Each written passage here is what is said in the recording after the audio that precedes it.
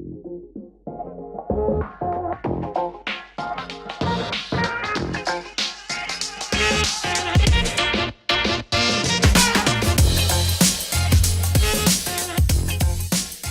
right, we are back for basically our final hour of programming here at the CCBA Summit. And to my right, I have Sabrina Lopiccolo, Marketing Director. You nailed it. I did? Yeah. Well, thank God. Not very many people do. That'll be the only one that I get right today. The Marketing Director for White Labs. Yeah. And White Labs is a yeast supplier, among other things. And you guys have a tasting room and a secondary location in Asheville. You guys got a lot of stuff going on. Yeah. You're hired, basically. Okay. No. Yeah. So primarily, most people would know us for our yeast, and as well as like other analytical offerings and services that we provide. We do educational things, but we are worldwide. So we have a production facility in San Diego, and that's where kind of our global headquarters is. As you mentioned, we have a production facility in Asheville, North Carolina. Also just opened a restaurant in October there. And then a production facility in Copenhagen and distribution in Hong Kong. Quite the tasting enterprise. room in Boulder. Yeah. Tasting room in San Diego. So now you guys are brewing all the beers, and then you're messing around with flavor components on the yeast side. We've seen a lot of beers do like the single hop thing. You guys are sort of doing that with yeast. Yeah, so yeast is, not the sexiest ingredient of them all. And I think it's, really hard to engage people and talk about it because it's kind of like an unknown. People are like, ooh, science. That's a little scary. So microscopes. Yeah. So, Chris White, our founder, really wanted to showcase and really illustrate in the easiest possible way of like how yeast can impact a beer. And so our brewery is very unique. And like I said, or that you mentioned, we have 5-barrel fermenters. We have about 12 of them in our brewery, and we will brew the wort, divide it into the 4 different fermenters, for example, put 1 yeast strain in each fermenter, and then we can have a flight, and you can really line it up and even see just like visual, but then you kind of taste it, and the aromas will be different and the flavor component. So it's really cool.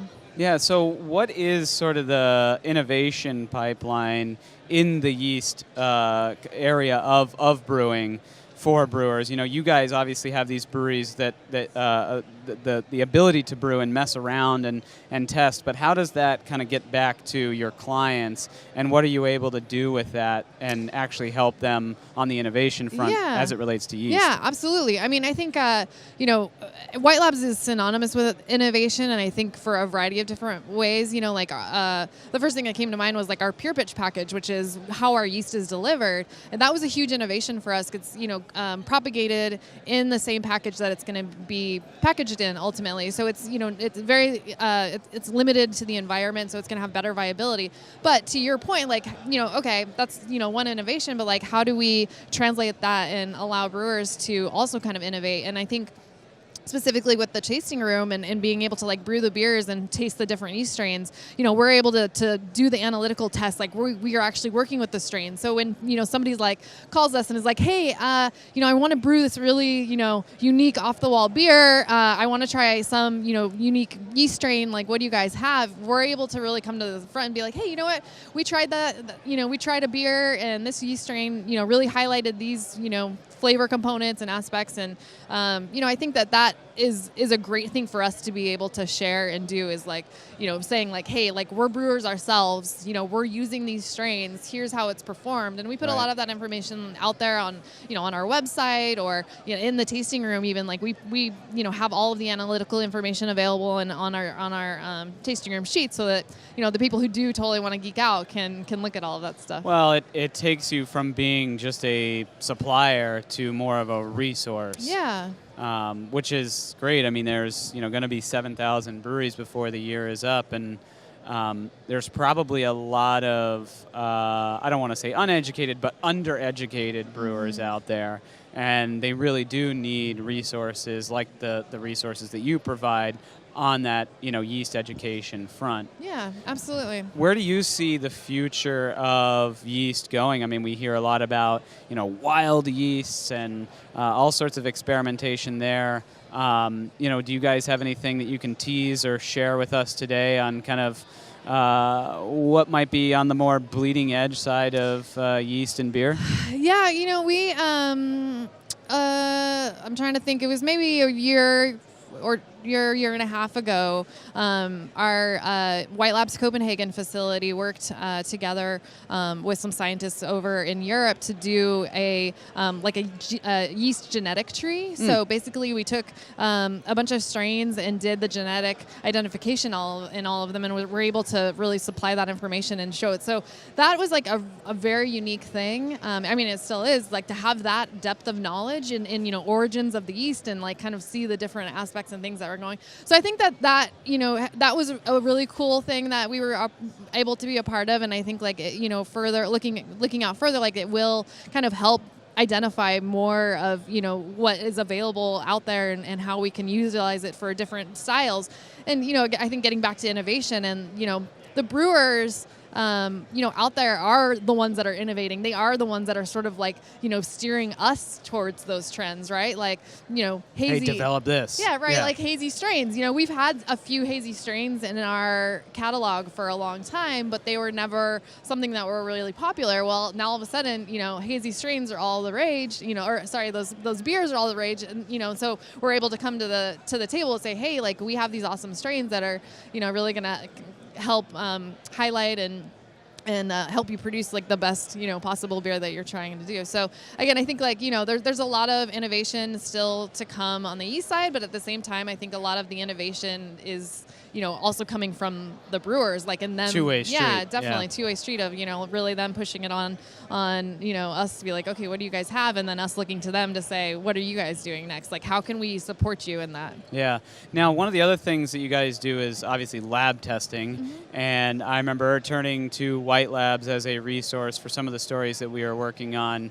As it relates to the nutrition facts labeling and the requirements from retail establishments that have multiple locations that require brewers to now list caloric values and all the nutrition information. Are you seeing an uptick in the amount of brewers turning to you guys for help coming up with that information for their beers so that they can stay in compliance with some of these retailers? Yeah, absolutely. I think that was something that, we had, offering as a service already, but the fact that it is now required, absolutely. Those are things that labs are coming to us for. They're also continuing to do maybe the more, like IBUs or, things like that they're like a little bit more interested in knowing, like, how can I make consistent beers, every time, and kind of getting those specs on them and then continuing to test, through time. Yeah. Do you find that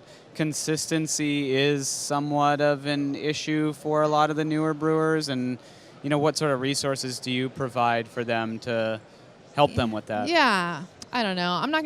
I won't personally speculate on that kind of stuff, but I do think, like, that's always something that should be at the forefront of any brewer, right? Like, being able to consistently provide a product that somebody's going to want to go back to and have the same, like, whether you're packaging it or just selling it in your tasting room. So, the analytical services that we provide definitely can help in that aspect. Again, like, we're really big on education and offer a lot of workshops and like yeast knowledge, if you will, to be able to help ensure that, our customers are getting, the best fermentations, or, their final result is really what they end up trying to have and achieve. Yeah.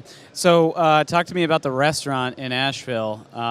If I go and eat there, what am I getting myself into? Yeah. So, I think, again, it was this is obviously something that we had never done before. We have the 2 tasting rooms, but in looking at developing in Asheville, North Carolina is a very beer centric, very foodie community city, and we were like, maybe we can try doing a restaurant, but what's going to make us different? Like, how can we tie in our message of fermentation and really explain the science behind things? And so I would say, like, that was the primary basis for White Labs Kitchen and Tap.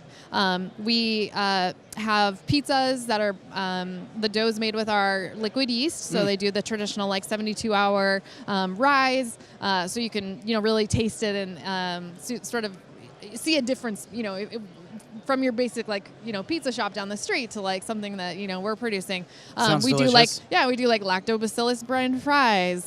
We make our own kimchi, hot sauce. Like it's definitely we really do try and focus on fermentation in one way or another, and utilize the yeast or wild yeast or bacteria, things that that we're cultivating in house already, to really show that off. So yeah, it's been a really great adventure. We have some very talented chefs that are cranking out food. That's amazing. It's been open since October. So yeah, I've gotten great reviews. So it's nice. Now, are you guys serving your beers or other beers? Yeah, so it's a full bar. We have White Labs beers. So most of the beers that are coming or that are in Asheville are coming from San Diego. So it's from our San Diego brewery. We do have a very small little pilot batch brew house. So they are producing a few of their beers that they have in the restaurant on site as well. And then we have guest taps. So, we try to highlight a lot of our favorite breweries and customers that are, in and around the Asheville area. Awesome. So what's next for White Labs? What's next? We've been, again, kind of really focusing on Asheville, trying, it's been open for, it'll be 2 years in January, really being able to ramp up the production there. We're sort of, have reached our capacity in San Diego, so we have a lot of room to grow and opportunity to grow the Asheville facility. So I think we're going to be doing that. Our White Labs Copenhagen production facility just moved into a new space. So they're going to have increased production capabilities as well. They're also going to be doing some really cool stuff like partnering with other like a distillery and a restaurant to be able to do some really unique kind of R&D stuff. So yeah, I think just continuing to being able to support our customers and growing our capabilities to get the yeast out there to the masses. Yeah, well, you guys are doing a great job, and thank you. I know there's some more negative stuff out there as well. There was a lawsuit with Left Hand, and you guys are still contending with that. But on the whole, I mean, it sounds like you guys are doing some pretty amazing stuff with yeast and food and brewing. It's on the whole, it's quite the enterprise, as you said at the top. So. Yeah, great. Yes, thank you. Awesome. Well, thanks so much for joining the live stream, Sabrina. I really appreciate it. Thank you. And hopefully I get a chance to go to that Asheville restaurant soon. We would love to host you. Just let us know. All right. Thanks so much.